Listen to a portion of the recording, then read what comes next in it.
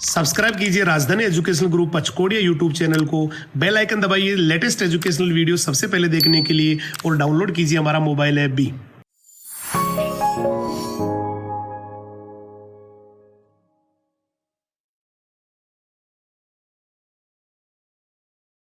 जय हिंद, जय राजधानी। कैसे हैं आप सभी? मैं हेमंत कुमार सिंह, आप सभी का बायोलॉजी मेंटर, एक बार फिर से हमारे राजधानी परिवार के यूट्यूब चैनल पे आपका हार्दिक स्वागत करता हूं।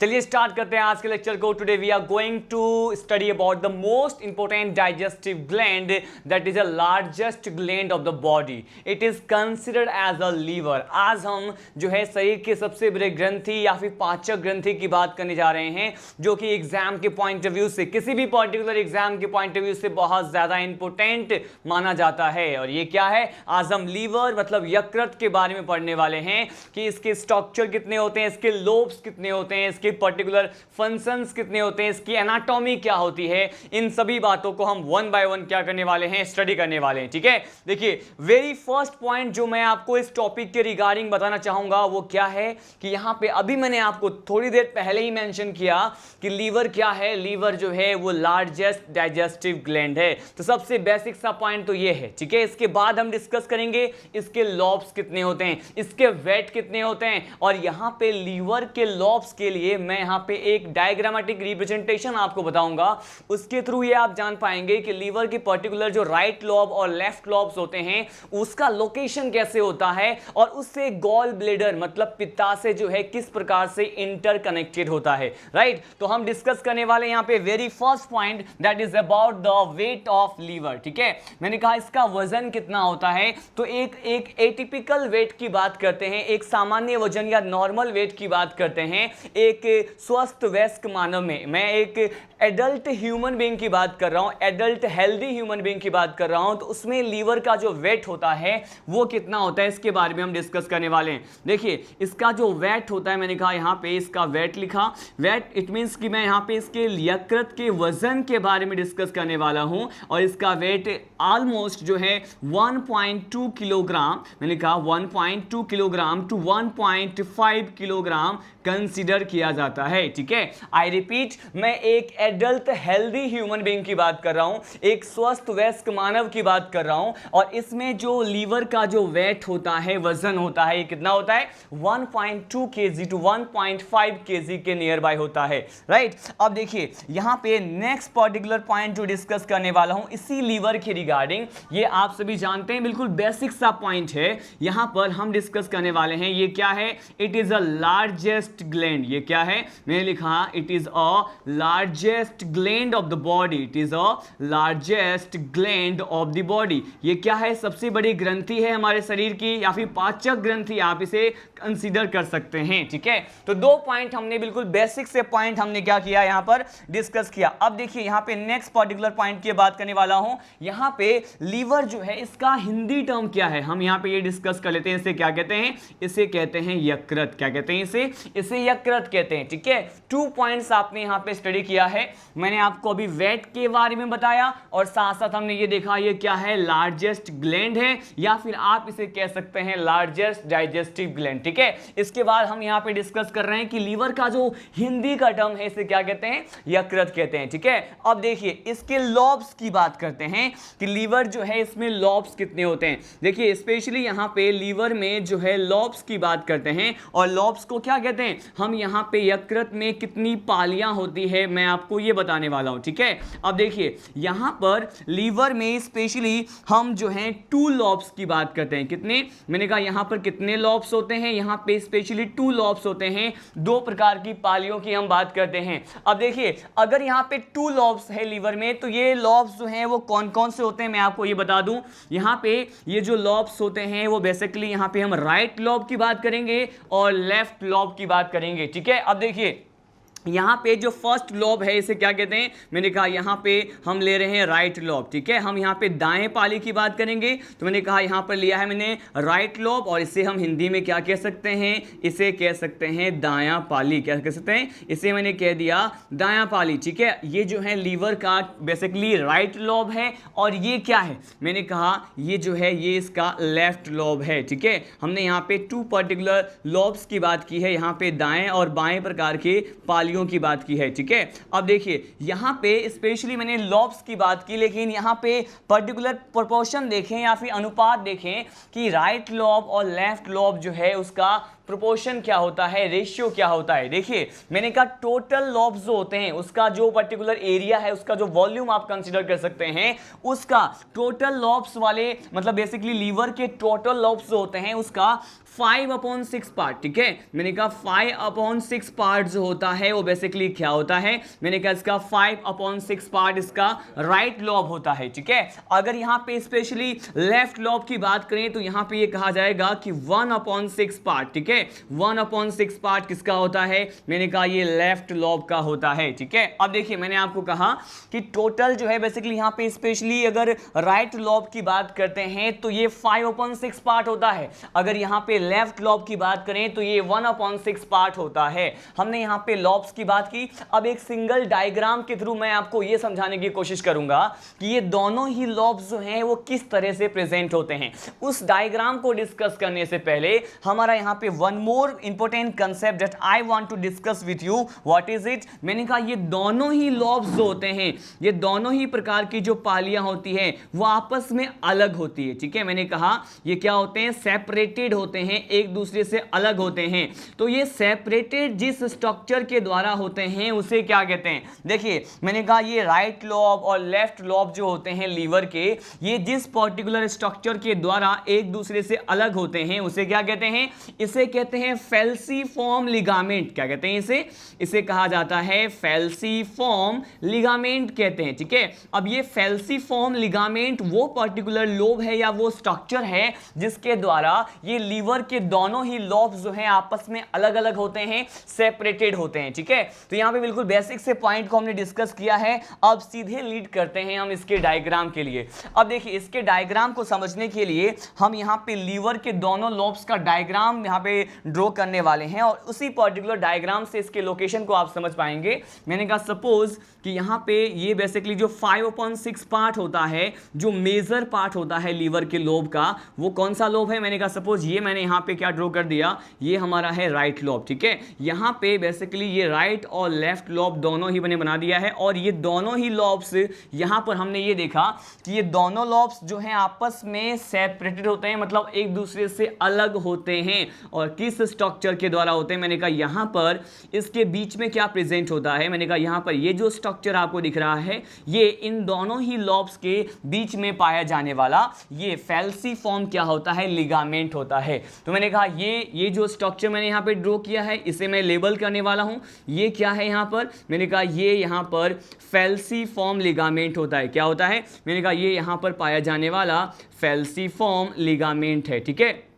अब देखिए यहाँ पर इस फेल्सीफॉर्म लिगामेंट ने क्या कर दिया, इस फेल्सीफॉर्म लिगामेंट ने ये लीवर के लॉब्स को बेसिकली 2 पार्ट्स में डिवाइड कर दिया। अब देखिए मैंने इस पर्टिकुलर पार्ट को क्या बोला है कि ये पार्ट जो है ये कौन सा है, मैंने कहा ये है इसका राइट लॉब। क्या है, मैंने कहा ये इसका राइट लॉब है। और ये पार्ट कौन सा है, मैंने कहा ये इसका लेफ्ट लॉब है।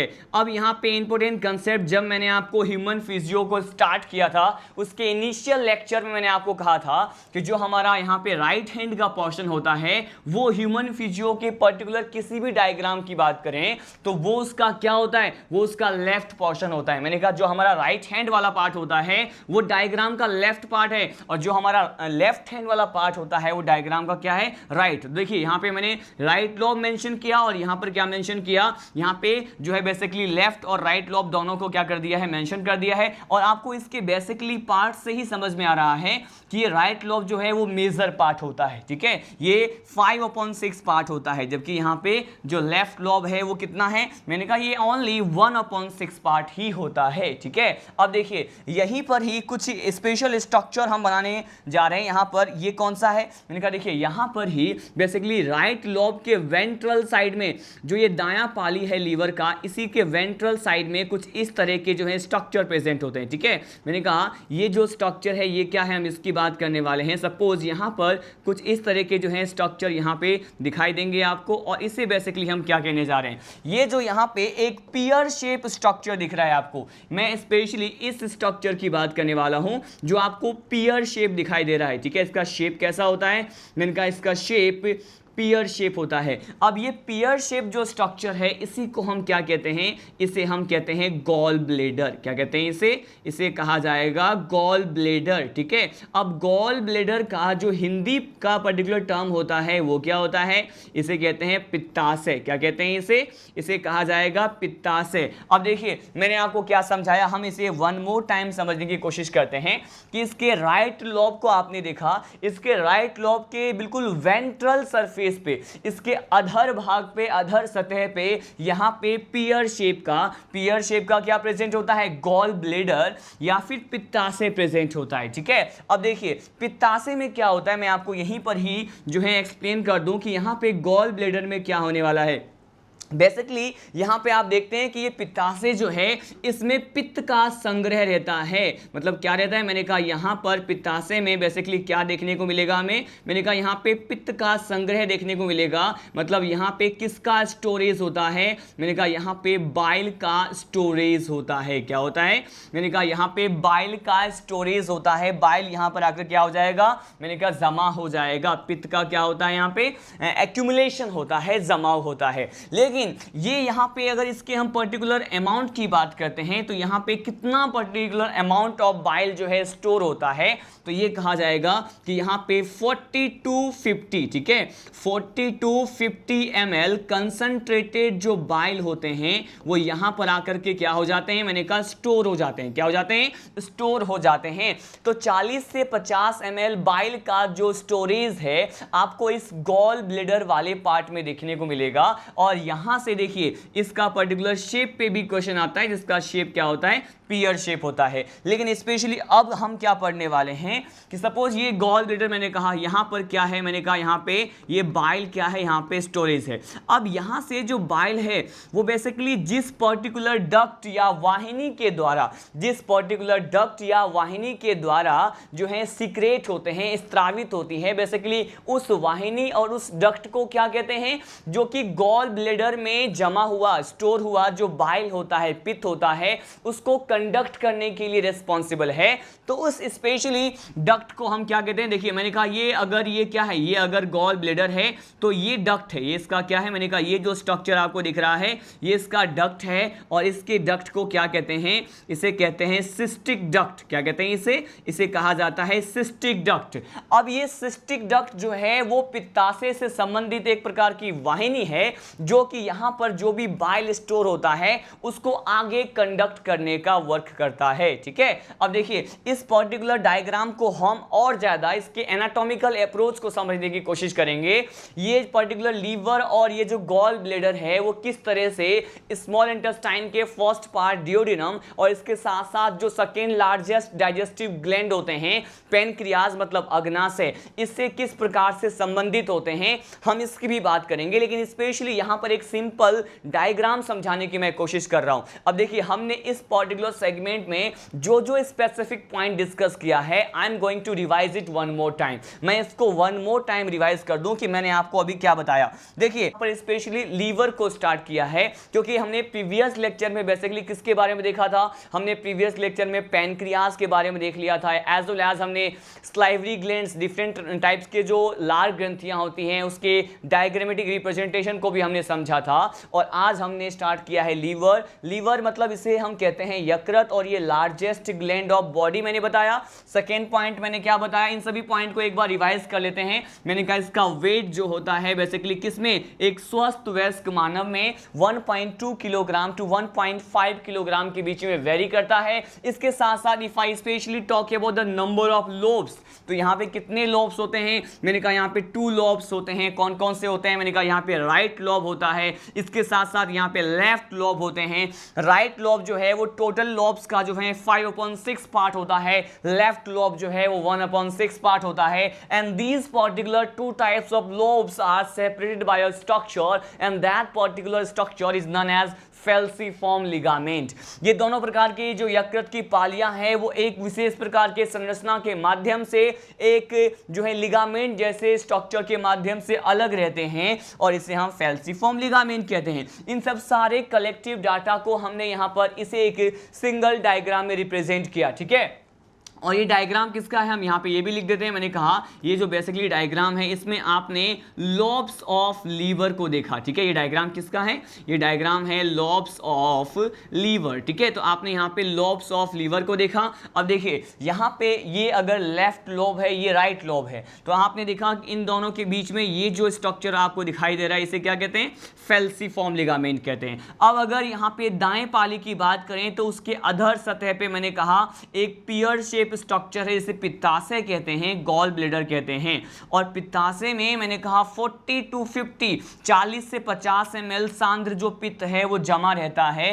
पित्त संग्रह का काम है इसका, बाइल स्टोरेज का वर्क किसका है, मैंने कहा गॉल ब्लेडर का होता है। अब यहाँ पे जो भी बाइल यहाँ पे जमाव है, यहाँ पे बेसिकली एक्यूमुलेट है, कलेक्ट है, तो इसको आगे कंडक्ट करने का, इसको आगे ट्रांसपोर्ट करने के लिए यहाँ पे पित्ताशय से संबंधित एक वाहिनी के बारे में मैंने आपको बताया। यहाँ पे ये क्या है, इसे कहते हैं सिस्टिक वाहिनी। क्या कहते हैं इसे, सिस्टिक वाहिनी या फिर सिस्टिक डक्ट कहते हैं, ठीक है। अब देखिए ये आगे जाकर के जो सिस्टिक डक्ट होते हैं वो लीवर से आने वाले डक्ट से आपस में क्या हो जाएंगी, जुड़ जाएंगी, और दोनों मिलकर के एक अन्य प्रकार के डक्ट जिसे हम कॉमन बाइल डक्ट कहते हैं उसका फॉर्मेशन करते हैं। लेकिन उसके बारे में हम उससे इन सभी particular common bile duct, liver से आने वाले डक्ट जो होते हैं उसे क्या कहते हैं, इसके बारे में हम स्टडी करेंगे। लेकिन उसको हम आने वाले टॉपिक्स में स्टडी करेंगे when we will study about a particular connection between this particular organs, ठीक है। अब देखिए यहाँ पे हम अब स्टडी करने वाले हैं, यहाँ पे लीवर के बारे में बिल्कुल बेसिक सी बातें हमने डिस्कस की। अब सीधे हम स्टडी करते हैं लीवर का एनाटॉमी क्या है, ठीक है। उसके बाद हम डिस्कस करेंगे लीवर के फंक्शन के बारे में। लीवर के एनाटॉमी के बारे में मैंने आपको ऑलरेडी बता दिया है। एनाटॉमी का मतलब होता है इसका इंटरनल स्ट्रक्चर। क्या होता है, इसका इंटरनल स्ट्रक्चर होता है। तो बोले देखिए यहाँ पर हम क्या डिस्कस करने वाले हैं, एज यू सी हियर, यहाँ पे मैंने टॉपिक लिखा है एनाटॉमी ऑफ लीवर, ठीक है।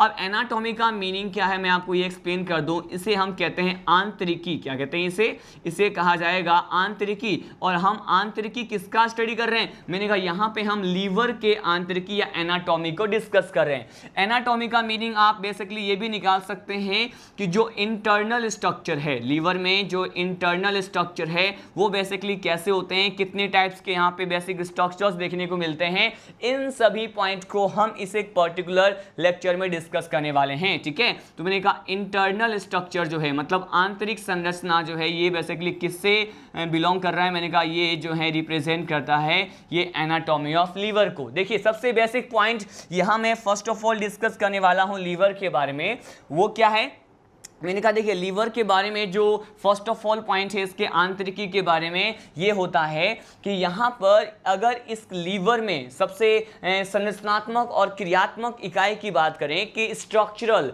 And the functional unit of the liver क्या है, तो देखिए मैं यहाँ पे वेरी फर्स्ट पॉइंट आपको बताने वाला हूँ। हम यहाँ पे स्टडी करने वाले हैं स्ट्रक्चरल, ठीक है। यहाँ पे डिस्कस करने वाले हैं structural and functional. Structural and functional unit of liver क्या है, मैंने कहा फंक्शनल यूनिट ऑफ लीवर की हम बात करने वाले हैं, यूनिट ऑफ लीवर। देखिए यहाँ पे स्ट्रक्चरल और फंक्शनल यूनिट का मीनिंग क्या हो गया, मैंने कहा अगर हम यहाँ पे इसके संरचनात्मक और क्रियात्मक इकाई की बात करें, स्ट्रक्चरल को हम यहाँ पे क्या कह सकते हैं, इसको हम कह सकते हैं संरचनात्मक। क्या कह सकते हैं इसको, मैंने कह दिया इसको संरचनात्मक, ठीक है। और यहाँ पे फंक्शनल को हम क्या कह सकते हैं, इसे हम कह सकते हैं क्रियात्मक। क्या कह सकते हैं, क्रियात्मक कह सकते हैं। तो इसके संरचनात्मक और क्रियात्मक इकाई को क्या कहा जाएगा, हम यहां से इस एनाटॉमी ऑफ लीवर को स्टार्ट करने वाले हैं। देखिए यहां पे जो इसका संरचनात्मक और क्रियात्मक इकाई है इसे कहते हैं हिपैटिक कॉर्ड। क्या कहते हैं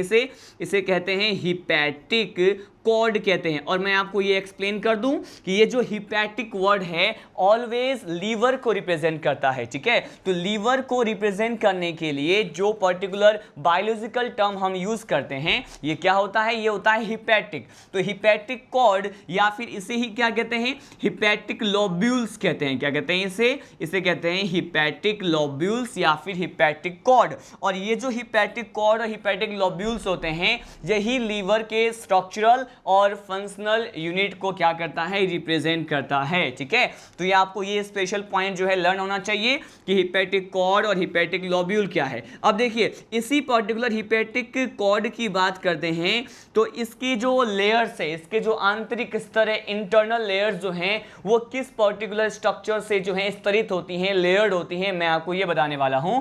तो इसकी जो आंतरिक जो लेयर है वो बेसिकली किससे जो है स्तरित है या लेयर्ड होता है, इसे हम कहते हैं ग्लिसन्स कैप्सूल। क्या कहते हैं इसे कहा जाएगा ग्लिसन्स कैप्सूल, ग्लिसन्स कैप्सूल या ग्लिसन्स संपुट कहते हैं। ठीक है, मैंने कहा इसे कहते हैं ग्लिसन्स कैप्सूल या फिर इसे ही कहेंगे ग्लिसन्स संपुट कहेंगे। देखिए डायरेक्टली यहां से क्वेश्चन कैसे आएगा, क्वेश्चन बस सिंपल सा ये पूछता है हमें कि यहाँ पे जो ग्लिसन्स कैप्सूल है, ठीक है, ग्लिसन्स जो कैप्सूल है वो बेसिकली लीवर से संबंधित होता है। आपको ये क्वेश्चन दिखा कि Glisson's capsule is related with which particular part of the human body, तो आपको वहां पे ऑप्शन में क्या मिलेगा, यहाँ पे लीवर मिलेगा। ठीक है, या फिर ऑप्शन में क्या मिलेगा, हिपैटिक कॉर्ड या फिर लोब्यूल मिलेगा। तो मैंने कहा ये लेयर्ड किससे होते हैं, स्तरित किससे होते हैं, ये बेसिकली यहाँ पे ग्लिसन्स कैप्सूल या ग्लिसन्स संपुट से स्तरित होते हैं। अब देखिए यहाँ पे नेक्स्ट पॉइंट, इसी ही पर्टिकुलर हिपैटिक कॉर्ड और लोब्यूल से संबंधित जो कोशिका है, इट मींस कि I am just talking about the liver cells. यहाँ पे यकृत कोशिकाओं की मैं बात कर रहा हूं जो कि यहाँ पे हिपैटिक कॉर्ड और लोब्यूल से संबंधित है या इसमें प्रेजेंट होते हैं। इसे क्या कहते हैं स्टूडेंट, इसे कहा जाता है हिपैटोसाइट। क्या कहते हैं इसे कहते हैं हिपैटोसाइट। अब ये हिपैटोसाइट्स क्या हैं, हिपैटोसाइट्स जो हैं वो लीवर सेल्स को कहते हैं। किसको कहते हैं, मैंने कहा यहाँ पे लीवर सेल्स को जो टेक्निकल टर्म प्रोवाइड किया जाता है उसे क्या कहते हैं, हिपैटिक कॉर्ड से रिलेटेड जो भी यहाँ पे सेल्स होती हैं उसे लीवर सेल्स कहते हैं। हिंदी में इसे कहते हैं यकृत कोशिका। क्या कहते हैं इसे कहा जाएगा यकृत कोशिका। ठीक है, अब देखिए यहाँ पे हमने लीवर सेल्स की बात की, लेकिन लीवर सेल्स के बारे में इंपॉर्टेंट पॉइंट क्या है, ये जो हिपैटोसाइट्स होते हैं उसमें ग्लाइकोजन का जो अमाउंट है वो क्या होता है, बहुत ज्यादा होता है। इट मींस कि यहाँ पे अमाउंट ऑफ ग्लाइकोजन की मात्रा सबसे ज्यादा है, इसीलिए इस तरह के जो लीवर सेल्स हैं हिपैटोसाइट्स होते हैं उसे हम क्या कहते हैं, इसे कहते हैं ग्लाइकोजन रिच सेल। क्या कहते हैं इसे कहा जाएगा ग्लाइकोजन रिच सेल कहते हैं। मतलब यहाँ पे एक ऐसा सेल जिसमें यहाँ पे ग्लाइकोजन का अमाउंट क्या होता है, बहुत ज्यादा होता है, इसलिए इसे क्या कहते हैं, ग्लाइकोजन रिच सेल्स कहते हैं। ठीक है, हमने ये पॉइंट यहाँ पर डिस्कस किया। देखिए किस सीरीज में किस पर्टिकुलर ऑर्डर में मैं आपको सारे पॉइंट्स को इंटरकनेक्ट या फिर इंटर रिलेट कर रहा हूं। मैंने आपको स्टार्टिंग में structural and the functional unit of liver बताया, क्रियात्मक इकाई जो कि क्या है, हिपैटिक कॉर्ड से इससे संबंधित सेल्स की बात की, और साथ साथ मैंने ये कहा कि यहाँ पे ग्लिसन्स कैप्सूल क्या होते हैं। ठीक है, इन सभी बेसिक पॉइंट को डिस्कस करने के साथ अब हम सीधे लीड करते हैं कि अबे हमें जो है बेसिकली क्या स्टडी करना होता है। देखिए नेक्स्ट पॉइंट क्या है, नेक्स्ट पॉइंट ये देखते हैं कि अगर यहाँ पे स्पेशली एनाटॉमी ऑफ लीवर की बात करें तो लीवर की जो एनाटॉमी है हमें बेसिकली कैसे दिखाई देता है, मैंने कहा ये पेंटाहेड्रल होते हैं। क्या होते हैं, मैंने कहा यहाँ पे लीवर के एनाटॉमी के लिए एक टर्म यूज करते हैं, इसे कहते हैं पेंटाहेड्रल प्रकार की जो है लीवर की एनाटॉमी होती है। अब ये पेंटाहेड्रल जो है इसका मीनिंग क्या है, देखिए यहाँ पे ऑब्वियस सी बात है, आप जानते हैं अगर प्रीफिक्स में अगर पेंटा लग जाता है तो ये किसको रिप्रेजेंट करता है, मैंने कहा ये 5 को रिप्रेजेंट करता है। और ये जो हेड्रल है ये किसको रिप्रेजेंट करता है, मैंने कहा ये हेड को रिप्रेजेंट करता है। तो इसमें कितने हेड होते हैं, मैंने कहा यहाँ पे 5 हेड होते हैं। तो इसे मैंने क्या कह दिया, इसे मैंने कह दिया पेंटाहेड्रल जिसमें 5 हेड्स होते हैं। अब ये देखिए इसकी एनाटॉमी को पेंटाहेड्रल क्यों बोला जाता है, इसको हम यहाँ पे डिटेल में स्टडी करने वाले हैं कि आखिर हम इसे बेसिकली पेंटाहेड्रल क्यों बोलते हैं। देखिए इसके बेसिक स्ट्रक्चर, इसके एनाटॉमी की बात करेंगे तो इसके पेंटाहेड्रल व्यू को हम यहाँ पे ड्रॉ करने वाले हैं कि अगर स्पेशली यहाँ पे पेंटाहेड्रल इसके व्यू को देखें तो ये कैसे दिखाई देते हैं, मैं आपको ये बता दूं। देखिए मैंने कहा ये कुछ इस प्रकार से हमें दिखाई देते हैं। मैंने कहा सपोज यहाँ पे पेंट्राहेड्रल व्यू की बात करने वाले हैं। देखिए सपोज यहाँ पे मैंने कहा इस तरह का जो है लीवर की एनाटॉमी आपको देखने को मिलेगा when you will study in this particular liver and this particular first largest digestive gland in the microscope. तो आपको इस तरह की पेंट्राहेड्रल स्ट्रक्चर दिखाई देंगे। इस स्ट्रक्चर में भी ये जो हेड्स होते हैं 5 होते हैं। तो मैंने कहा कि ये मैंने क्या बना दिया, इसमें 5 टाइप्स के हेड बना दिए, ठीक है। मैंने कहा 1 2 3 हो गए, 3 के बाद ये हमारा 4th हेड हो गया, और ये कौन सा हेड हो गया, मैंने कहा ये हो गया हमारा 5th हेड। यहाँ पे एटिपिकल लाइन डायग्राम के थ्रू एनाटॉमी ऑफ लीवर से संबंधित जो भी वर्ड्स होते हैं उसको मैं 1 बाय 1 क्या करने वाला हूँ, एक्सप्लेन करने वाला हूँ। देखिए इस तरह से यहाँ पे हेड प्रेजेंट होते हैं। तो ये मैंने यहाँ पे क्या कर दिया है, बेसिकली ये जो मैंने हेड्स बनाए हैं 5, मैंने अब क्या कर दिया, इसके पेंट्राहेड्रल हेड को बनाया।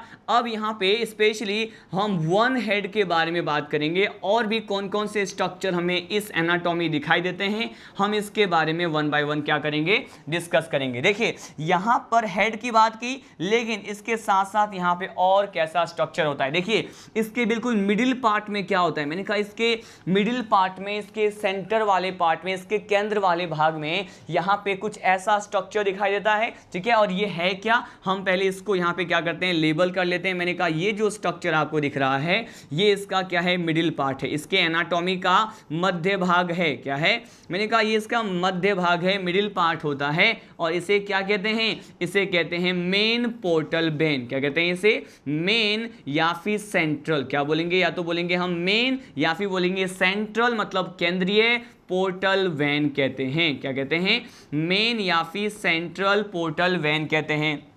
तो यहाँ पे मेन पोर्टल वेन को मैंने बना दिया।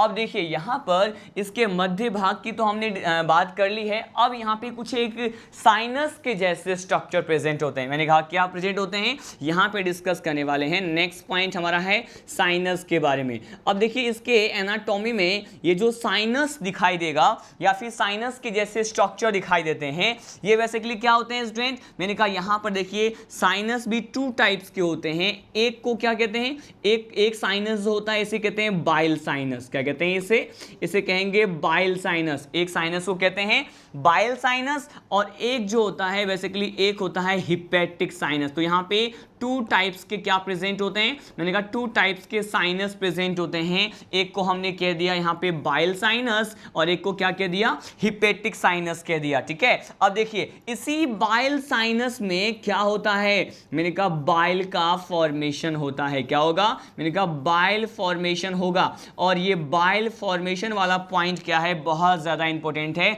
इसे मैं यहाँ पे स्टार मार्क कर रहा हूं। मैंने कहा यहाँ पे लीवर में जो इसका प्राइमरी वर्क होता है लीवर का, यहाँ पे क्या देखने को मिलता है, यहाँ पे बाइल फॉर्म होता है। लेकिन यहाँ पे पर्टिकुलर किस स्ट्रक्चर में बाइल का फॉर्मेशन हो रहा है, पित्त का निर्माण हो रहा है। मैंने कहा यहाँ पर बाइल साइनस में पित्त का निर्माण हो रहा है या फिर बाइल का फॉर्मेशन हो रहा है, ठीक है। किसमें, बाइल साइनस में। अब देखिए यहाँ पर जो मैंने आपको मिडिल पार्ट बताया था, जिसे मैंने कहा मेन, मुख्य या फिर केंद्रीय पोर्टल वेन, इसमें क्या कहा जाता है कि इस मिडिल पार्ट में किस पर्टिकुलर सब्सटेंस, केमिकल सब्सटेंस का अमाउंट ज्यादा होता है। तो मैंने कहा यहाँ पे मेन या फिर पोर्टल सेंट्रल वेन जो होते हैं इसमें यूरिया का अमाउंट क्या होता है, ज्यादा होता है। तो मैंने कहा यहाँ पर अमाउंट ऑफ यूरिया, यूरिया की जो मात्रा है, अमाउंट ऑफ यूरिया, ये क्या होते हैं, ज्यादा होते हैं। तो यहाँ से भी बेसिकली क्वेश्चन आता है कि लीवर के एनाटॉमी का जो मध्य भाग है इसमें किस प्रकार के रासायनिक पदार्थों की अधिकता पाई जाती है, मेजॉरिटी में कौन सा केमिकल सब्सटेंस प्रेजेंट होता है, ठीक है। और यहाँ पे हमने देखा 2 टाइप्स के साइनस प्रेजेंट होते हैं। अब इन 2 टाइप्स के साइनस, जिसे मैंने बाइल साइनस बोला है और एक को क्या बोला है, बाइल साइनस, एक को बोला है हिपैटिक साइनस, ठीक है। तो ये किस तरह से यहाँ पे एनाटॉमी में प्रेजेंट होते हैं, तो मैंने कहा ये एकांतरित रूप से, मैंने कहा अल्टरनेटिव फॉर्म में एक के बाद एक इस तरह से क्या होते हैं, प्रेजेंट होते हैं, ठीक है। तो मैंने यहाँ पे क्या यहाँ पे ड्रॉ कर दिया है, बेसिकली आप ये जो स्ट्रक्चर देख रहे हैं यहाँ पे बाइल साइनस या फिर इसके हिपेटिक साइनस को मैंने क्या कर दिया, इसके एनाटॉमी में इस तरह से रिप्रेजेंट कर दिया, ठीक है। और ये अभी मैंने आपको बताया कि ये बाइल साइनस और हिपेटिक साइनस एक दूसरे के बाद यहाँ पे अल्टरनेटिव मैनर में एकांतरित क्रम में जो है व्यवस्थित होते हैं, अरेंज होते हैं। तो सपोज मैंने कहा इस पर्टिकुलर साइनस को मैं क्या टर्म दे रहा हूं, ये हमारा है यहाँ पे बाइल साइनस। क्या है, इसे अगर मैंने बाइल साइनस कह दिया तो अब ये कौन सा साइनस होगा, मैंने कहा ये होगा हिपेटिक साइनस। क्या होगा, हिपेटिक साइनस। और आप ये जानते हैं कि इसी बाइल साइनस में किसका फॉर्मेशन होता है, यहाँ पे इसी बाइल साइनस में बाइल का फॉर्मेशन होता है, ठीक है। अब देखिए इसके साइनस में कुछ स्पेशल टाइप के स्ट्रक्चर्स और प्रेजेंट होते हैं। इसकी बात पे मैंने कहा सपोज इसी के एनाटॉमी में यहाँ पर साइनस से संबंधित, इससे रिलेटेड कुछ स्पेशल टाइप की विशिष्टीकृत प्रकार के कोशिकाएं प्रेजेंट होती हैं, जो कि इन प्रकार के कोशिकाओं का पाया जाना, presence of these type of cells is the important characteristics of the liver. इस प्रकार के विशिष्टीकृत कोशिकाओं का पाया जाना। यकृत का क्या है, मैंने कहा यकृत के एनाटॉमी का, लीवर के एनाटॉमी का एक विशिष्ट गुणधर्म होता है। अब इन सेल्स को क्या कहते हैं, ये जो मैंने यहाँ पे इसके एनाटॉमी में सेल्स बनाए हैं, इसे क्या कहते हैं स्टूडेंट, बेसिकली इसे कहा जाता है क्या, यहाँ पे इसको कहते हैं कफर सेल्स। क्या कहते हैं इसे कहा जाएगा कफर सेल्स। यहाँ पे जो है हर year, particular every year digestive system से ये क्वेश्चन या फिर ऑप्शंस में ये क्वेश्चन तो आपको कॉमन ही मिलता है कि कफर सेल्स क्या होते हैं, ठीक है। अब देखिए यहाँ पे हम कफर सेल्स की बात करते हैं। आपको एक सिंपल सा बेसिक पॉइंट जो है यहाँ पे देखने को मिला कि कफर सेल्स क्या होते हैं, लीवर से संबंधित होते हैं। इसके साइनस वाले पर्टिकुलर पार्ट में कफर सेल्स क्या होते हैं, प्रेजेंट होते हैं, ठीक है। अब ये देखिए कफर सेल्स का वर्क क्या होता है, हम ये डिस्कस कर लेते हैं और इसकी प्रकृति क्या है। यहाँ पे एक सिंपल सा टर्म दिया जाता है किस प्रकार की कोशिकाएं का जो है नेचर क्या होता है, इसकी प्रकृति क्या है। तो मैंने कहा ये फेगोसाइटिक प्रकार के होते हैं। कैसे होते हैं, ये जो सेल्स होती हैं ये फेगोसाइटिक नेचर की होती हैं। फेगोसाइटिक नेचर का मीनिंग क्या है मैं आपको ये भी बता दूं। मैंने कहा ये क्या है, फेगोसाइटिक नेचर है। इसे हिंदी में क्या कहते हैं, इसे हिंदी में कहते हैं भक्षकाणु स्वभाव को दर्शाते हैं। कैसे, मैंने कहा ये भक्षकाणु स्वभाव को प्रदर्शित करने वाले विशेष प्रकार के क्या होती हैं, सेल्स होती हैं। अब ये फेगोसाइटिक नेचर या फिर भक्षकाणु व्यवहार का मतलब क्या होता है, इसका मीनिंग ये होता है कि जो भी माइक्रोब्स होते हैं, जो भी बैक्टीरिया या फिर अदर फॉरेन पार्टिकल्स होते हैं जो बाहर से जो है लीवर में इंफेक्शन क्रिएट करने के लिए जिम्मेदार होते हैं, तो इन सभी जो है माइक्रोब्स के लिए, सूक्ष्म जीवों के लिए ये फेगोसाइटिक नेचर को कंटेन करने वाले कफर सेल्स का नेचर क्या होता है, एंटी बैक्टीरियल। तो ये यहाँ पे किसके डेवलपमेंट को रोकते हैं, किसके विकास को रोकते हैं, मैंने कहा it is generally prevent the development of different types of microbes। जो भी यहाँ पे सूक्ष्म जीव होते हैं बैक्टीरिया के जैसे या कोई भी फॉरेन पार्टिकल्स, उसके विकास को क्या करते हैं, प्रोहिबिट करते हैं, रोकते हैं, और इस प्रकार से अपना भक्षकाणु स्वभाव को क्या करते हैं, प्रदर्शित करते हैं। मैंने यहाँ पे एक सिंगल सा स्टेटमेंट आपको इस एनाटॉमी ऑफ लीवर में पाए जाने वाले सेल्स के लिए लिख दिया कि it generally prevent the development of microbes, ठीक है। यहाँ पे लिख दिया माइक्रोब्स के डेवलपमेंट को, साथ साथ एंड फॉरेन पार्टिकल्स। यहाँ पे फॉरेन पार्टिकल्स जो भी होते हैं, जो भी विदेशी जो यहाँ पे माइक्रोब्स होते हैं, उसके लिए भी, विदेशी माइक्रोब्स का मतलब ये है जो बाहर से अटैक करते हैं, क्योंकि आप जानते हैं they are the presence of some type of microbes inside our body, ठीक है। तो उससे तो मैंने कह दिया यहाँ पे डेवलपमेंट ऑफ माइक्रोब्स को प्रोहिबिट करते हैं, लेकिन साथ साथ यहाँ पे फॉरेन पार्टिकल्स की भी बात की है, उसके खिलाफ भी ये क्या करते हैं, एंटी बैक्टीरियल नेचर के होते हैं। अब देखिए कफर सेल्स की बात की हमने, अब सीधे लीड करते हैं ये जो मैंने बताया अभी आपको बेसिक पॉइंट कि लीवर की एनाटॉमी हमें बेसिकली कैसे दिखाई देता है, ये पेंटाहेड्रल होते हैं। तो इसमें पाए जाने वाले हेड के नंबर मैंने आपको भी बताया था, कितने होते हैं इसमें हेड, मैंने कहा 5 होते हैं, जो कि आपको इस एनाटॉमी में दिख भी रहा है।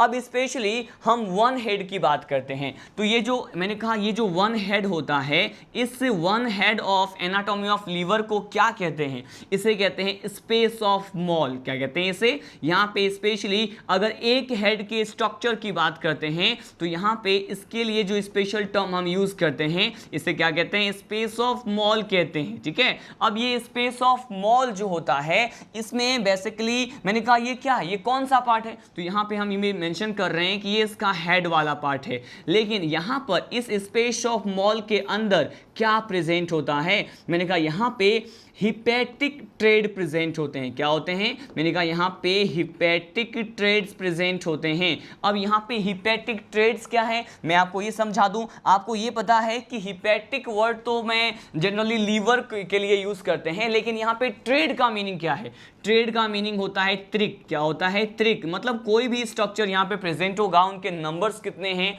3 होते हैं, 3 होते हैं, इसीलिए यहाँ पर ट्रेड टर्म का यूज किया गया है। और स्पेशली हम वन हेड की बात कर रहे हैं। अब देखिए इसके वन हेड में कौन कौन से स्ट्रक्चर प्रेजेंट होते हैं। मैंने कहा सपोज यहाँ पे कोई इस तरह के जो है ब्रांचेस स्ट्रक्चर यहाँ पे प्रेजेंट हो गया, एक सिंगल स्ट्रक्चर को मैंने ड्रॉ कर दिया। मैंने कहा सेकेंड स्ट्रक्चर, मैंने कहा सपोज ये है, और यहाँ जो थर्ड स्ट्रक्चर है सपोज मैंने कहा ये है। ठीक है, यहाँ पे 3 स्पेशल टाइप के स्ट्रक्चर को इसके हेड में मैंने क्या कर दिया, ड्रॉ कर दिया। अब मैं बताता हूं आपको कि ये जो स्ट्रक्चर है वो क्या है, वन बाय वन हम इसको क्या करते हैं, डिस्कस करते हैं। देखिए यहां पे जो वेरी फर्स्ट स्ट्रक्चर होता है स्टूडेंट, इसके हिपैटिक ट्रेड में 3 टाइप्स के स्ट्रक्चर होते हैं। अब ये देखिए वेरी फर्स्ट जो स्ट्रक्चर होता है इसे क्या कहते हैं, इसे कहते हैं ब्रांच ऑफ बाइल डक्ट। क्या कहते हैं इसे कहते हैं ब्रांच ऑफ बाइल डक्ट कहते हैं। यानी बाइल डक्ट का जो ब्रांच है, उसकी जो शाखा है, इसके लिए से मैंने कह दिया ब्रांच ऑफ बाइल डक्ट बोल दिया। ठीक है, ब्रांच ऑफ बाइल डक्ट के साथ साथ इसी हिपैटिक ट्रेड में और क्या प्रेजेंट होता है, यहाँ पे ब्रांच ऑफ बाइल डक्ट के साथ साथ ब्रांच ऑफ हिपैटिक आर्टरी भी क्या होते हैं, प्रेजेंट होते हैं। ब्रांच ऑफ हिपैटिक आर्टरी यहाँ पर क्या होते हैं, प्रेजेंट होते हैं। ब्रांच ऑफ हिपैटिक आर्टरी के साथ साथ जो यहाँ पे थर्ड स्ट्रक्चर आपको देखने को मिलेगा इसके स्पेस ऑफ मॉल और हेड वाले पार्ट में, ये क्या होता है, ये यहाँ पर पाए जाने वाले branch of hepatic portal when को क्या करते हैं, शो करते हैं। मैंने कहा हिपैटिक पोर्टल वेन। ठीक है, देखिए यहाँ पे बेसिकली 3 टाइप्स के स्ट्रक्चर आपको दिखाई दिए। इसको हम वन मोर टाइम रिवाइज कर लेते हैं। मैंने कहा इसके हिपैटिक ट्रेड में आपको क्या मिलेगा, यहाँ पे ब्रांच ऑफ बाइल डक्ट्स दिखाई देंगे, ब्रांच ऑफ हिपैटिक आर्टरी भी होते हैं, और साथ साथ branch of hepatic portal vein. इन तीनों ही बेसिक स्ट्रक्चर से मिल करके हिपैटिक ट्रेड जो है बना हुआ होता है। और ये जो हिपैटिक ट्रेड है वो कहाँ पाया जा रहा है, मैंने कहा इसके लीवर के एनाटॉमी के हेड में पाया जा रहा है, जिसको हम स्पेस ऑफ मॉल कहते हैं। अब देखिए यहाँ मैंने ये जो टिपिकल डायग्राम यहाँ पे रिप्रेजेंट किया है, ये बेसिकली किसको दर्शा रहा है, किसको रिप्रेजेंट कर रहा है। मैंने कहा ये एनाटॉमी ऑफ लीवर है, तो हमने यहाँ पे ये भी मेंशन कर दिया कि ये जो डायग्राम है वो स्पेशली किसका है। यहाँ पर मैंने एनाटॉमी ऑफ लीवर और उससे रिलेटेड जो भी बेसिक पॉइंट होते हैं उसके बारे में, तो हमने अभी एनाटॉमी ऑफ लीवर के बारे में देखा था कि हमने बेसिकली उस डायग्राम में, उस डायग्रामेटिक रिप्रेजेंटेशन में क्या क्या समझा, उसको हम one more time orally revise करने वाले हैं। देखिए मैंने आपको क्या बताया कि अगर हम एनाटॉमी ऑफ लीवर की बात करते हैं तो जो वेरी फर्स्ट पॉइंट हमने डिस्कस किया था वो क्या था कि इसके स्ट्रक्चरल और फंक्शनल यूनिट की बात करें, अगर इसके संरचनात्मक और क्रियात्मक इकाई की बात करते हैं तो उसे क्या कहते हैं, उसे हिपैटिक कॉर्ड या हिपैटिक लोब्यूल्स कहते हैं। अब हिपैटिक कॉर्ड और हिपैटिक लोब्यूल से संबंधित जो कोशिकाएं हैं, मतलब हम स्पेशली अगर लीवर सेल्स की बात करते हैं, यकृत की कोशिकाओं की बात करते हैं, तो उसके लिए जो टेक्निकल टर्म हम यूज करते हैं उसे कहते हैं हिपेटोसाइट।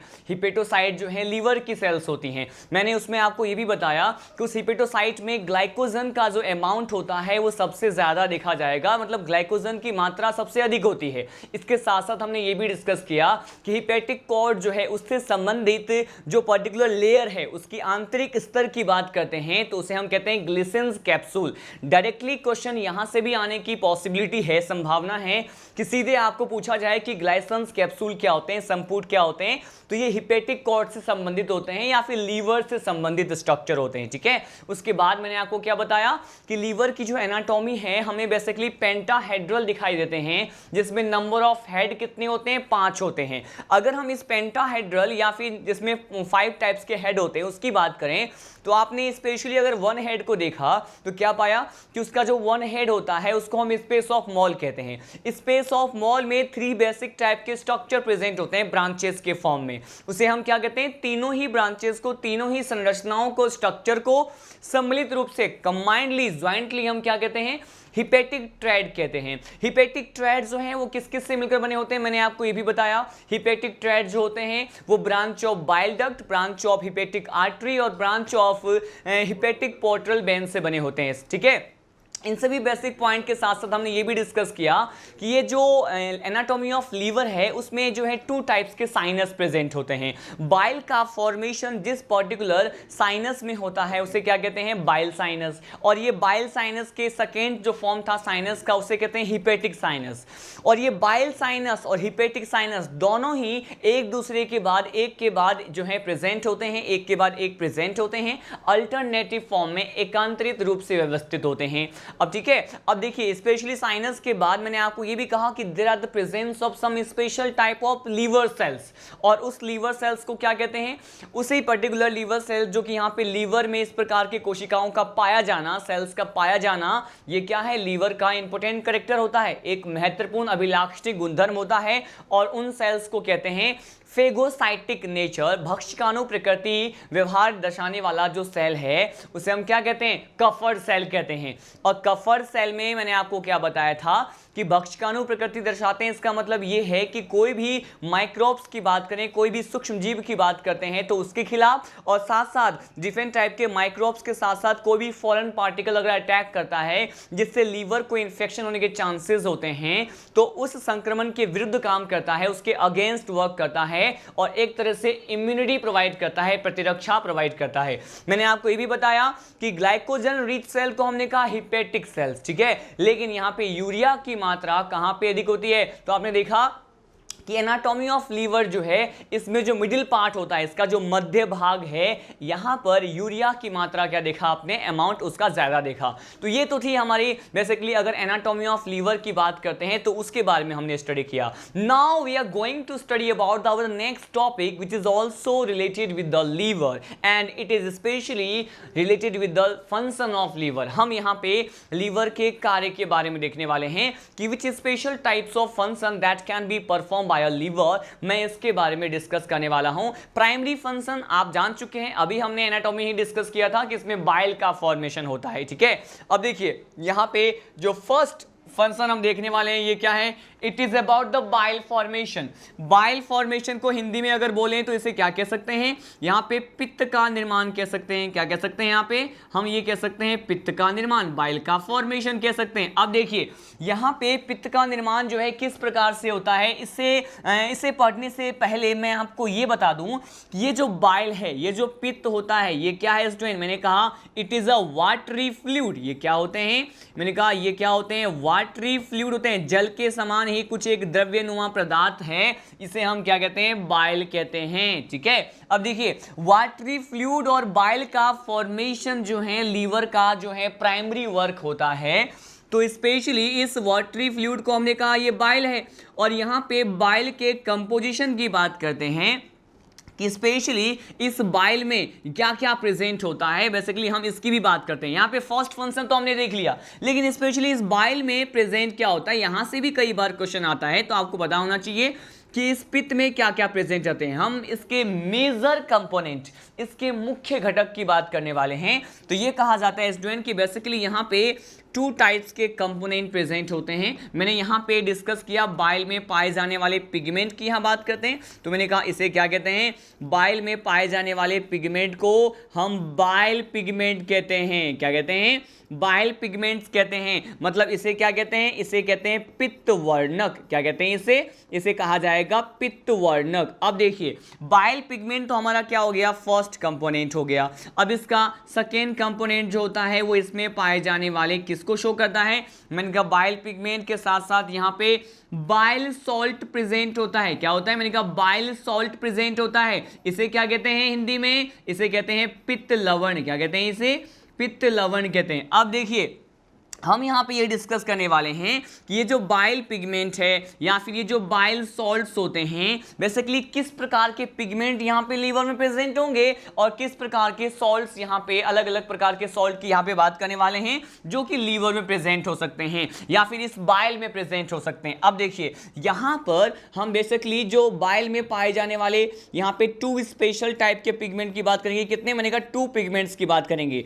ये पिगमेंट कौन कौन से होते हैं, मैंने कहा वेरी फर्स्ट जो पिगमेंट होता है इसे कहते हैं बिलीरुबिन। क्या कहते हैं इसे कहते हैं बिलीरुबिन प्रकार का एक वर्णक है जो इसके पित्त में प्रेजेंट होते हैं। साथ साथ बिलीरुबिन के साथ साथ और क्या प्रेजेंट होता है, मैंने कहा यहाँ पे बिलीवर्डिन भी क्या होते हैं, प्रेजेंट होते हैं। देखिए मैंने कहा यहाँ पे बिलीरुबिन भी प्रेजेंट है और बिलीवर्डिन भी प्रेजेंट है। यहाँ पे 2 स्पेशल टाइप के क्या होते हैं, पिगमेंट प्रेजेंट होते हैं। ठीक है, अब देखिए बाइल पिगमेंट जो है इसे तो हमने डिस्कस कर लिया। Now we are going to discuss about which particular types of bile salt present in the bile. ठीक है, देखिए यहाँ पे किस प्रकार के लवण पाए जाते हैं, तो देखिए यहाँ पे मेनली मतलब मुख्य रूप से क्या पाया जाता है, मुख्य रूप से जो बाइल में लवण प्रेजेंट होता है it is basically commonly known as sodium bicarbonate. क्या कहते हैं इसे, सोडियम बाइकार्बोनेट कहते हैं, या फिर इसे कहते हैं NaHCO3। ये क्या है,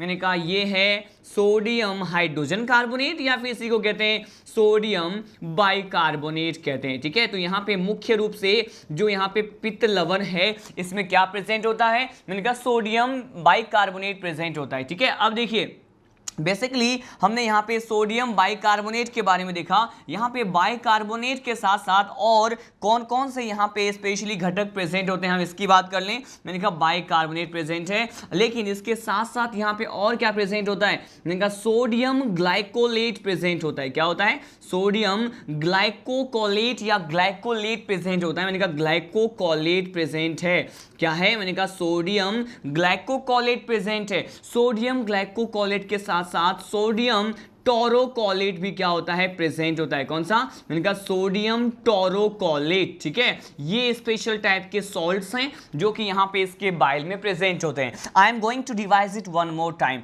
हम इसे वन मोर टाइम डिस्कस करने वाले हैं कि which special point that we have discussed in this particular primary function that can be perform by a liver. ठीक है, हमने देखा कि पित्त का निर्माण जो है हमारा प्राथमिक कार्य है यकृत का। यहाँ पे ये जो है एक प्रकार का वाटरी फ्लूइड है। इसके साथ हमने डिस्कस किया कि बाइल पिगमेंट प्रेजेंट होते हैं, बाइल सॉल्ट प्रेजेंट होते हैं।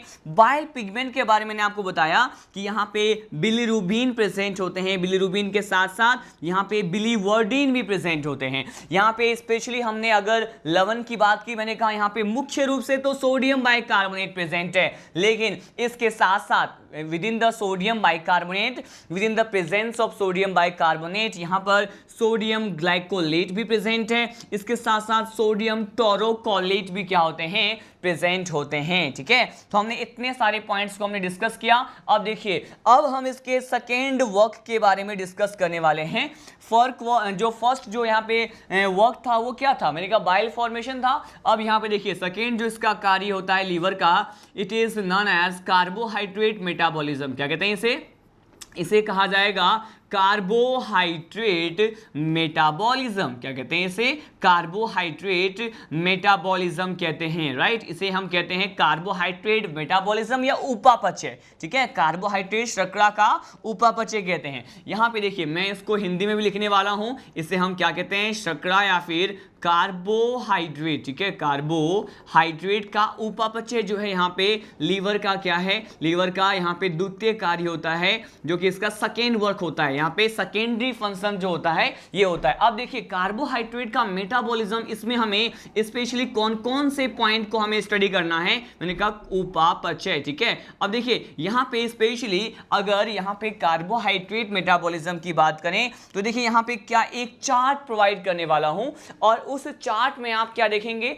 उस चार्ट में आप ये देखेंगे कि यहाँ पे 3 स्पेसिफिक प्रोसेस, 3 अलग अलग प्रकार के प्रक्रियाओं के बारे में बताने वाला हूं जिससे ग्लाइकोजन का फॉर्मेशन होता है और ग्लूकोज का फॉर्मेशन होता है। ठीक है, और इन तीनों ही प्रोसेस के बारे में अक्सर यूजुअली क्या होता है, स्टूडेंट के माइंड में मिसकंसेप्शन और कंफ्यूजन रहता है। तो यहाँ पे एक ट्रिक बताने जा रहा हूं और इस ट्रिक के थ्रू आप इन सभी प्रोसेसेस के बारे में 1 by 1 एक्सप्लेन कर पाएंगे। देखिए मैं आपको क्या बताने वाला हूं, मैंने कहा कार्बोहाइड्रेट मेटाबॉलिज्म में यहाँ पे 3 प्रोसेस जो हम डिस्कस करते हैं इसको वन बाय वन पहले मेंशन कर लेते हैं। देखिए यहाँ पे फर्स्ट ऑफ ऑल हम पढ़ेंगे किसके बारे में, ग्लाइकोलाइसिस, मैंने कहा यहाँ पे ग्लाइकोजेनेसिस के बारे में पढ़ेंगे। ग्लाइकोजेनेसिस हमारा फर्स्ट टर्म रहेगा, फर्स्ट प्रोसेस रहेगा। हम ये देखेंगे कि ग्लाइकोजेनेसिस क्या होता है। ग्लाइकोजेनेसिस के साथ साथ यहाँ पे हम किसके बारे में पढ़ेंगे, यहाँ पे ग्लाइकोजिनोलाइसिस के बारे में पढ़ेंगे। किसके बारे में, ग्लाइकोजिनोलाइसिस के बारे में पढ़ेंगे।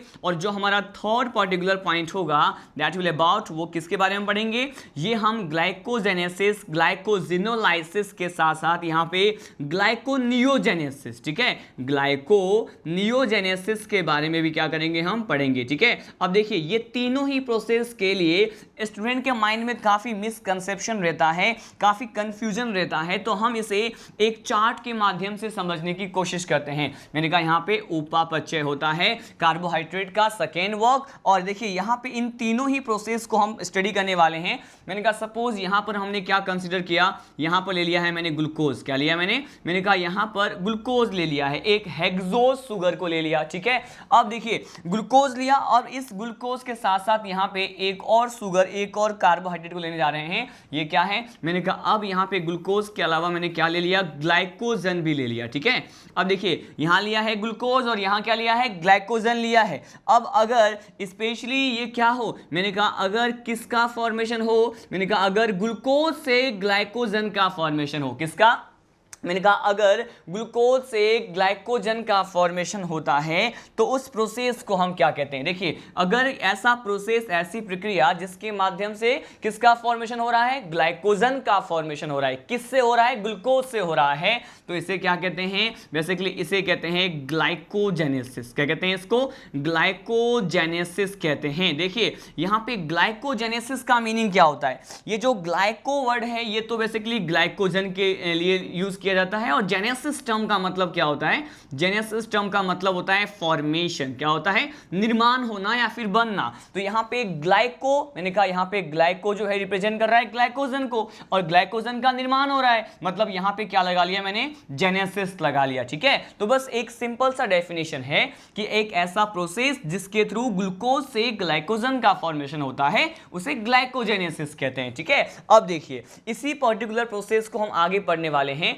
अभी तो मैंने कहा ग्लूकोज से किसका फॉर्मेशन हो रहा है, ग्लाइकोजन का फॉर्मेशन हो रहा है, लेकिन अब हम पढ़ने वाले हैं एक ऐसा प्रोसेस जिसके द्वारा जो है ग्लाइकोजन से ग्लूकोज का फॉर्मेशन हो। ठीक है, ग्लाइकोजन से अगर ग्लूकोज का फॉर्मेशन होता है तो क्या कहेंगे, इसे अब कहा जाएगा क्या, यहां पे सेकेंड प्रोसेस के बारे में, ये था हमारा फर्स्ट प्रोसेस। अब देखिए इसे क्या कहते हैं, जिसमें ग्लाइकोजन जो है ब्रेक डाउन हो जाता है और ग्लूकोज में चेंज हो जाता है, तो इस प्रोसेस को कहते हैं ग्लाइको, यहां पे क्या लिखा है, ग्लाइकोजिनोलाइसिस। अब इसे क्या कहेंगे, इसे कहेंगे ग्लाइकोजिनोलाइसिस कहेंगे। ये हमारा सेकेंड प्रोसीजर है। अब देखिए यहां पे इस प्रोसेस में आपको एक सफिक्स दिख रहा है, और ये सफिक्स क्या है, यहां पे लाइसिस लगा हुआ है, और लाइसिस का मीनिंग क्या होता है, लाइसिस का मीनिंग होता है ब्रेक डाउन। ब्रेक डाउन का मतलब ये है कि टूट जाना, किसका टूट जाना, मैंने कहा यहां पे ग्लाइकोजन का टूट जाना, किसमें, ग्लूकोज में टूट जाना। ठीक है, तो हमने यहां पे 2 स्पेशल टाइप के प्रोसेस के बारे में स्टडी किया।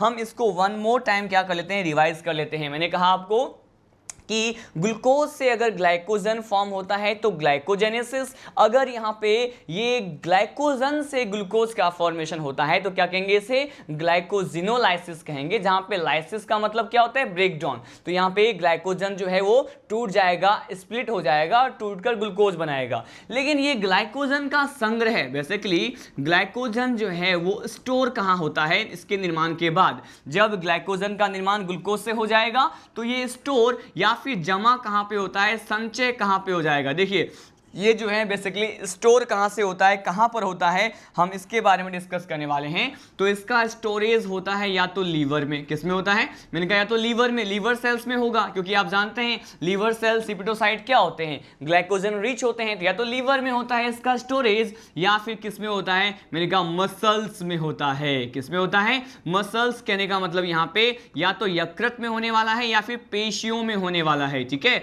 या तो ये लीवर में होगा या फिर यहाँ पे पेशियों रेशियो में होगा। तो हमने 2 टाइप्स के प्रोसेस के बारे में यहाँ पे स्टडी कर लिया। अब देखिए हम सीधे लीड करते हैं इस प्रोसेस के बारे में, जिसे क्या कहते हैं, ग्लाइकोनियोजेनेसिस। क्या कहते हैं इसे? ग्लाइकोनियोजेनेसिस कहते हैं। हम ये स्टडी करने वाले हैं। देखिए अगर हम यहाँ पे ग्लाइकोनियोजेनेसिस की बात करते हैं तो अब देखिए मैं क्या करने वाला हूँ, मैंने कहा यहाँ पर स्पेशली हमने लिया फैटी एसिड। क्या लिया है? यहाँ पे ले लिया है फैटी एसिड, और फैटी एसिड लिया या फिर इसके साथ साथ हमने यहाँ पे एमाइनो एसिड की भी बात की है। या तो हम एमिनो अम्ल की बात करें या फिर वशीय अम्ल की बात करें, तो यहाँ पे देखिए अगर ग्लूकोज के अलावा, यहाँ पे स्पेशल पॉइंट क्या है, ग्लूकोज के अलावा ग्लाइकोजन का फॉर्मेशन, ये बेसिकली मैं अब किससे मान रहा हूं, मैंने कहा यहां पर हमने लिया है फैटी एसिड और एमाइनो एसिड। तो यहाँ पे फैटी एसिड और एमाइनो एसिड से किसका फॉर्मेशन हो, मैंने कहा यहाँ पर ग्लूकोज का फॉर्मेशन हो। देखिए स्पेशल पॉइंट है ये, यहाँ पे स्टार मेंशन कर रहा हूँ, ये हम पढ़ रहे हैं किसके बारे में, यहाँ पे जो है ग्लाइकोनियोजेनेसिस जो होता है ये बेसिकली क्या होता है, मैंने कहा कि फैटी एसिड एमाइनो एसिड से किसका फॉर्मेशन हो, मैंने कहा यहाँ पे ग्लूकोज का फॉर्मेशन हो। क्यों? क्योंकि यहाँ पे जेनेसिस का मीनिंग ही क्या होता है, यहाँ पे अभी भी मैंने आपको बताया था इसका मीनिंग होता है फॉर्मेशन। तो आपको सिंपली ये कहना है कि अगर ग्लूकोज का फॉर्मेशन ग्लाइकोजन के अलावा किसी भी सोर्स से होता है तो इस प्रोसेस को क्या कहते हैं, इस प्रोसेस को हम कहते हैं ग्लाइकोनियोजेनेसिस। ठीक है, और ये जो अदर सोर्स होता है वो क्या क्या लिया है मैंने यहाँ पे लिया है फैटी एसिड, वसीय अम्ल, और इसके साथ साथ मैंने लिया है यहाँ पे एमाइनो एसिड। ठीक है, कलेक्टिवली हम एक बार और रिवाइज कर लेते हैं इस कार्बोहाइड्रेट मेटाबॉलिज्म को, क्योंकि ये बहुत ज़्यादा इंपॉर्टेंट है। देखिए मैंने कहा यहाँ पे ग्लाइकोजेनेसिस मतलब ग्लूकोज से ग्लाइकोजन का बनना। जैसे ही ग्लाइकोजन बन गया तो ये स्टोर हो गया मसल्स में और लीवर में। अब ग्लाइकोजन अगर ब्रेक डाउन हो जाता है किसमें, ग्लूकोज में, तो इस प्रोसेस को क्या कहेंगे, ग्लाइकोजिनोलाइसिस। अगर यहाँ पे ग्लाइकोजन के अलावा किसी भी सोर्स से, चाहे वो फैटी एसिड हो चाहे एमाइनो एसिड हो, किसका फॉर्मेशन हो, मैंने कहा ग्लूकोज का फॉर्मेशन होता है, तो इस प्रोसेस को क्या कहते हैं, मैंने कहा ग्लाइकोनियोजेनेसिस कहते हैं।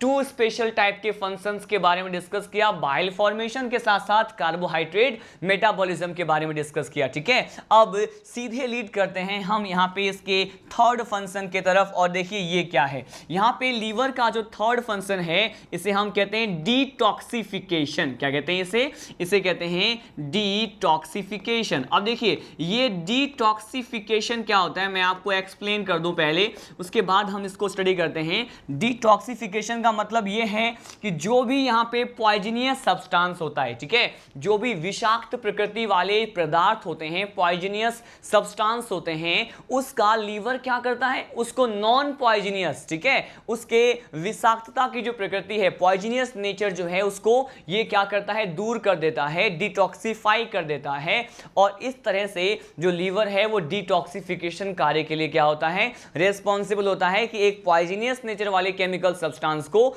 नॉन पॉइजनियस वाले केमिकल सब्सटेंस में चेंज करना डिटॉक्सिफिकेशन होता है। और डिटॉक्सिफिकेशन किसका वर्क होता है, लीवर का होता है। लीवर स्पेशली ये वर्क जो है परफॉर्म करते हैं। ठीक है, अब देखिए मैं आपको ये बताने वाला हूं कि डिटॉक्सिफिकेशन जो है बेसिकली इसका जो है कैसे समझ सकते हैं। यहां पर एक एग्जांपल ले लेते हैं हम, ठीक है, और ये एग्जांपल क्या है, सपोज मैंने कहा यहां पे हमने लिया है एक एसिड, ठीक है, इसे क्या कहते हैं, प्रूसिक एसिड। क्या लिया मैंने यहाँ पे एक एसिड ले लिया है और इसको क्या कह दिया, इसको हमने कह दिया ये कौन सा एसिड है, ये है प्रूसिक एसिड। और ये जो प्रूसिक एसिड है स्टूडेंट, बेसिकली इसी को हम क्या कहते हैं, इसी को कहते हैं HCN। क्या कहते हैं इसे, HCN। HCN का केमिकल नेम आप सभी को पता होगा, इसे क्या कहते हैं, इसी को कहते हैं हाइड्रोजन साइनाइड। क्या कहते हैं इसे कहते हैं यहाँ पे हाइड्रोजन साइनाइड कहते हैं। और ये जो हाइड्रोजन साइनाइड, जिसे कॉमनली प्रूसिक एसिड भी कह रहे हैं हम, इसका नेचर क्या होता है, ये जो हाइड्रोजन साइनाइड है इसका नेचर ये होता है कि ये पॉइजनियस नेचर के होते हैं। क्या होते हैं, मैंने कहा ये पॉइजनियस होते हैं। मैंने कहा ये कैसे होते हैं, ये पॉइजनियस नेचर के होते हैं या फिर विषाक्तीकरण प्रकृति के होते हैं, वो काफ़ी जहरीले पदार्थ होते हैं। ठीक है, तो मैंने कहा यहाँ पर इसका नेचर क्या है, इसका नेचर है ये पॉइजनियस नेचर नेचर के होते हैं, ठीक है। अब देखिए इस पॉइजनियस नेचर वाले ये जो प्रूसिक एसिड है या हाइड्रोजन साइनाइड है, इसको लीवर जो है क्या करता है, यहाँ पे डिटॉक्सिफाई करता है। क्या करता है, डिटॉक्सिफाई करता है, डिटॉक्सिफिकेशन करता है, और ये जहरीला पदार्थ अब नॉन पॉइजनियस नेचर वाले सब्सटेंस में चेंज हो जाएगा, और इसे क्या कहेंगे, इसे कहते हैं पोटेशियम सल्फोसाइनाइड। क्या कहते हैं इसे कहते हैं पोटेशियम सल्फोसाइनाइड। क्या कहेंगे, पोटेशियम सल्फोसाइनाइड कहते हैं। अब देखिए यहाँ पर वन मोर टाइम मैं आपको बता दूं, ये पोटेशियम सल्फोसाइनाइड क्या है, पहले हम ये देख लेते हैं। ये जो है अब ये नॉन पॉइजनियस सब्सटेंस है। ये क्या है, मैंने कहा अब ये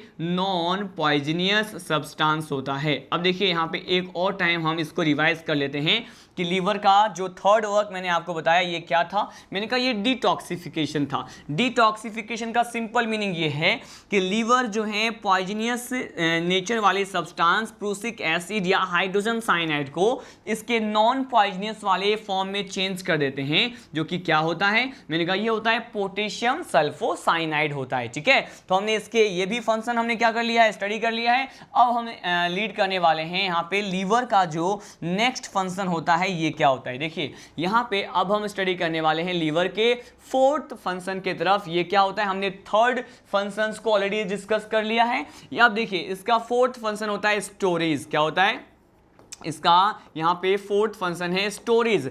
इसका मतलब ये है कि ये किसी न किसी प्रकार के पदार्थों का क्या करते हैं, स्टोर करते हैं, संचय करते हैं, संग्रहण करते हैं। और ये आखिर ये कौन कौन से पदार्थ होते हैं जिसका स्टोरेज यहाँ पे देखा जाता है लीवर के द्वारा। तो यहाँ पे अलग अलग प्रकार के विटामिन की बात करें, किसकी बात करने वाले हैं, यहाँ पे स्पेशली विटामिन की बात करते हैं। तो vitamin A, vitamin D, vitamin E, और विटामिन ई के साथ साथ विटामिन के, ठीक है। विटामिन ए, डी, ई, के साथ साथ यहाँ पे some time vitamin B complex का जो एक विटामिन होता है इसे कहते हैं विटामिन B12। क्या कहते हैं इसे, विटामिन B12 कहते हैं। तो इस प्रकार के विटामिन को स्टोर करने के लिए भी लीवर क्या होता है, रिस्पॉन्सिबल होता है। लेकिन मैं आपको यहाँ पे ये एक्सप्लेन कर दूं कि ये जो विटामिन ए है, डी है और ई है और के है, बेसिकली ये चारों प्रकार के जो विटामिन होते हैं इसे क्या कहते हैं, इसे कहते हैं फैट सॉल्यूबल विटामिन। यहां से भी डायरेक्टली क्वेश्चन आता है, क्या कहते हैं, फैट सॉल्यूबल विटामिन कहते हैं, जो कि किसमें विलय होते हैं, मैंने कहा ये जो विटामिन ए, डी, ई, के होते हैं ये वसा में विलय विटामिन होते हैं। क्या होते हैं, ये वसा में विलय विटामिन होते हैं, जो कि यहाँ पे फैट में सॉल्युबिलिटी को शो करते हैं। लेकिन यहाँ पे स्पेशली अगर बात करें विटामिन B12, विटामिन B12 में जो एलिमेंट प्रेजेंट होता है ये होता है कोबाल्ट। क्या होता है, कोबाल्ट होता है। और इसका जो केमिकल नेम होता है, इसका विटामिन B12 का जो केमिकल नेम होता है इसे हम कहते हैं साइनोकोबाल्मिन। क्या कहते हैं इसे कहते हैं साइनोकोबाल्मिन कहते हैं, ठीक है। यहाँ पे कह दिया कोबाल्मिन। देखिए मैंने कहा cyanocobalamin is the chemical name of which particular vitamin B complex, मैंने कहा इट इज विटामिन B12, ठीक है। अब देखिए इसी साइनोकोबाल्मिन में बेसिकली यहाँ पर क्या प्रेजेंट होता है, कौन सा एलिमेंट प्रेजेंट होता है, सेंट्रल एटम के रूप में, केंद्रीय परमाणु के रूप में, मैंने कहा यहाँ पर कोबाल्ट प्रेजेंट होता है। इन सभी प्रकार के विटामिन को स्टोर कौन कर रहा है, मैंने कहा लीवर कर रहा है, ठीक है। तो साइनोकोबाल्मिन देखा। अब देखिए अब हम यहाँ पे डिस्कस करने वाले हैं स्पेशली विटामिन को तो किया, विटामिन के साथ साथ अलग अलग प्रकार की खनिज पदार्थों को भी ये क्या करते हैं, मिनरल्स को, ठीक है। यहाँ पे खनिज लवण को, मिनरल्स को भी ये क्या करते हैं, स्टोर करते हैं। और बेसिकली यहाँ पे किस किस मिनरल की बात करें, यहाँ पे अगर हम आयरन की बात करें, कॉपर की बात करते हैं, या फिर हम यहाँ पे बेसिकली कोबाल्ट की, और इसके साथ साथ मैग्नीज एंड जिंक, ठीक है। ये वो मिनरल्स होते हैं जिसको यहाँ पे लीवर क्या होता है, स्टोर करता है। अब देखिए यहां पे लास्ट फंक्शन को हम डिस्कस करने वाले हैं लीवर का, और ये क्या है, हमने यहां पे फोर्थ फंक्शन के बारे में डिटेल में स्टडी किया। अब देखिए लास्ट फंक्शन क्या है, last function of liver is basically known as a process that is called deamination, ठीक है। हम यहां पे एक प्रोसेस के थ्रू समझने की कोशिश करते हैं जिसे क्या कहते हैं, इसे कहते हैं डीएमिनेशन कहते हैं। अब देखिए कि डीएमिनेशन क्या होता है, और इस डीएमिनेशन के प्रक्रिया में लीवर लीवर किस प्रकार से पार्टिसिपेट करता है, इन्वॉल्व करता है, मैं आपको ये समझाने वाला हूं। देखिए यहां पर इस डीएमिनेशन को समझ सकते हैं। मैंने कहा यहां पे इसको एक रिएक्शन के थ्रू हम समझने की कोशिश करते हैं। यहां पे लिया है मैंने अमोनिया, ठीक है, और ये अमोनिया जो है जैसे ही इसमें डीएमिनेशन होता है या फिर इसे कहते हैं विएमिनीकरण की प्रक्रिया कहते हैं, तो डीएमिनेशन जैसे हो गया ये अमोनिया अब चेंज हो जाएगा किसमें, मैंने कहा ये अमोनिया अब चेंज हो जाते हैं यूरिया में। किसमें? यूरिया में चेंज हो जाते हैं। और इस पर्टिकुलर प्रोसेस को एक साइकिल के थ्रू एक्सप्लेन करते हैं जिसे हम बेसिकली कहां पे स्टडी करेंगे, इसे हम ह्यूमन फिजियोलॉजी के ही एक चैप्टर में स्टडी करते हैं जो होता है एक्सक्रीशन। जब मैं आपको उत्सर्जी तंत्र और उत्सर्जन के बारे में बताऊंगा वहां पे एक साइकिल, एक चक्र के बारे में डिस्कस करना होता है। और इसे क्या कहते हैं? इसे कहते हैं ऑर्निथीन साइकिल। क्या कहते हैं इसे कहते हैं ऑर्निथीन साइकिल कहते हैं। अब देखिए इस ऑर्निथीन साइकिल के बारे में हमें डिटेल में यहां पे स्टडी नहीं करना, लेकिन फिर भी चूंकि ये लीवर के कार्य से संबंधित है तो मुझे यहां पे बताना ये बहुत ज्यादा एसेंशियल हो गया है कि यहां पे ये जो बेसिकली ये जो यहां पे NH3 है, अमोनिया है, वो किस में कन्वर्जन शो कर रहा है? मैंने कहा ये यूरिया में कन्वर्ट होता है। आप सभी को इसका मॉलिक्यूलर स्ट्रक्चर पता होना चाहिए। मैंने कहा यहां पे यूरिया का जो मॉलिक्यूलर स्ट्रक्चर होता है, मैंने कहा इस तरह से यहां पे एमिनो ग्रुप जो होते हैं 2 होते हैं और बीच में इसका क्या होता है? कार्बोनिल ग्रुप होता है, ठीक है। मैंने कहा ये यूरिया का एटिपिकल मॉलिक्यूलर स्ट्रक्चर होता है। अब देखिए यहां पे स्पेशली अगर हम अमोनिया की बात करते हैं तो अमोनिया क्या है? मैंने कहा ये जो है मोर सॉल्यूबल इन वाटर होता है। जल में विलेयता अमोनिया की सबसे अधिक है, ठीक है। तो मैंने कहा ये क्या है? मोर सॉल्यूबल, जल में अत्यधिक विलयशील होते हैं, मोर सॉल्यूबल इन H2O। साथ साथ आप ये भी जानते हैं कि अमोनिया का नेचर क्या होता है?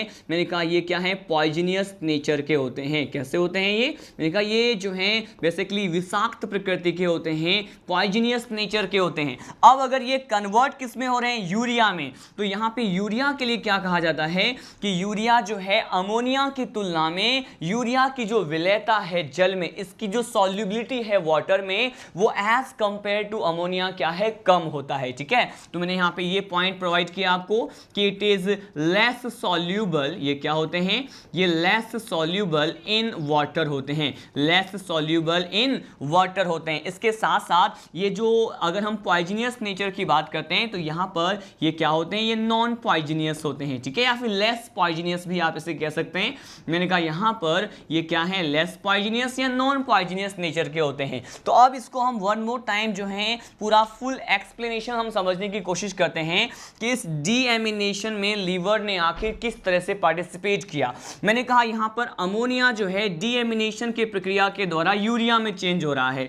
मतलब यह है कि more soluble form in the water ammonia का less soluble in the H2O वाले फॉर्म में चेंज होना, या फिर पॉइजनियस नेचर वाले अमोनिया का नॉन पॉइजनियस या लेस पॉइजनियस वाले सब्सटेंस यूरिया में बदलना। और इस पूरे प्रक्रिया को क्या कहते हैं? डीएमिनेशन कहते हैं। और इसमें जो है लीवर इन्वॉल्व होता है। और साथ साथ ये जो पूरा जो प्रोसेस होता है उसको हम किस साइकिल में स्टडी करते हैं? मैंने कहा इसको ऑर्निथीन साइकिल, ऑर्निथीन चक्र के बारे में हम पढ़ते हैं, ठीक है। अब देखिए मैंने आपको यहाँ पे कौन कौन से फंक्शंस जो कि लीवर परफॉर्म करता है जिसके बारे में 1 बाय 1 बताया आपको। इसको हम वन मोर टाइम रिवाइज कर लेते हैं। मैंने फर्स्ट बताया था बाइल का फॉर्मेशन, पित्त का निर्माण। वहां पे आपने डिफरेंट टाइप के बाइल पिगमेंट और बाइल सॉल्ट्स के बारे में देखा। हमने उसके बाद डिस्कस किया कार्बोहाइड्रेट का उपापचय, कार्बोहाइड्रेट मेटाबॉलिज्म। वहां पे आपने बेसिकली 3 प्रोसेसेस के बारे में देखा कि ग्लाइकोजेनेसिस क्या होता है, ग्लाइकोजिनोलाइसिस क्या होता है, इसके साथ साथ ग्लाइकोनियोजेनेसिस क्या होता है। आपने इन तीनों ही प्रोसेसेस के बारे में देखा कि इसमें जो है लीवर किस प्रकार से रिस्पॉन्सिबल होता है। साथ साथ आपने यहाँ पे इसका थर्ड फंक्शन देखा जो बेसिकली क्या था? डिटॉक्सिफिकेशन था। फोर्थ मैंने अभी बताया कि यहाँ पे जो भी फैट सॉल्यूबल विटामिन होते हैं, वसा में विलय विटामिन होते हैं, विटामिन ए, डी, ई के क्या होते हैं? वसा में विलय विटामिन होते हैं। और इसके साथ साथ जो यहाँ पे विटामिन B12 की बात करते हैं, इसे क्या कहते हैं? साइनोकोबाल्मिन कहते हैं। क्या कहते हैं? इसे साइनोकोबाल्मिन कहा जाता है। तो ये जो साइनोकोबाल्मिन होता है इसमें बेसिकली जो एलिमेंट होता है वो क्या है? मैंने कहा कोबाल्ट होता है। इसके साथ साथ अलग अलग प्रकार के मिनरल्स को भी ये क्या करता है? स्टोर करता है। ये इसका क्या हो गया? फोर्थ फंक्शन हो गया। अभी हमने लास्ट फंक्शन के बारे में देखा and it was about deamination. ठीक है, इसी पर्टिकुलर टॉपिक के साथ हमने लीवर, जो कि क्या होता है, यहाँ पे largest digestive gland, largest gland of the body consider किया जाता है, उसके बारे में सभी पॉइंट्स को हमने क्या कर लिया है, डिस्कस कर लिया है। In this particular lecture we have discuss about some basic concept about the liver and हमने ये देखा कि इसके लॉब्स कितने होते हैं, इसके एनाटॉमी में जो भी हमने डायग्रामेटिक रिप्रेजेंटेशन के साथ हर एक कंसेप्ट को देखा। फिर मैंने आपको इसके जो है एनाटॉमी के बाद मैंने आपको इसके फंक्शंस के बारे में बताया। In the next lecture we will study about the interconnection between liver, pancreas and duodenum. इसके जो है इन तीनों ही बेसिकली ऑर्गन्स जो हैं वो एक दूसरे से किस तरह से एसोसिएटेड होते हैं, जुड़े हुए होते हैं, इसके बारे में आपको बताऊंगा। साथ साथ हम यहाँ पे डिस्कस करेंगे transverse section of alimentary canal, आहार नाल जो है उसके अनुप्रस्थ काट के बारे में डिस्कस करेंगे। और उसी पर्टिकुलर टॉपिक के साथ हमारा जो एलिमेंट्री कैनाल और डाइजेस्टिव ग्लैंड का जो टॉपिक है वो फिनिश हो जाएगा। उसके बाद we will lead with the next topic that will about the physiology of digestion, कि डाइजेशन की फिजियोलॉजी या मैकेनिज्म क्या होता है। ठीक है, तब तक के लिए जय हिंद, जय राजधानी।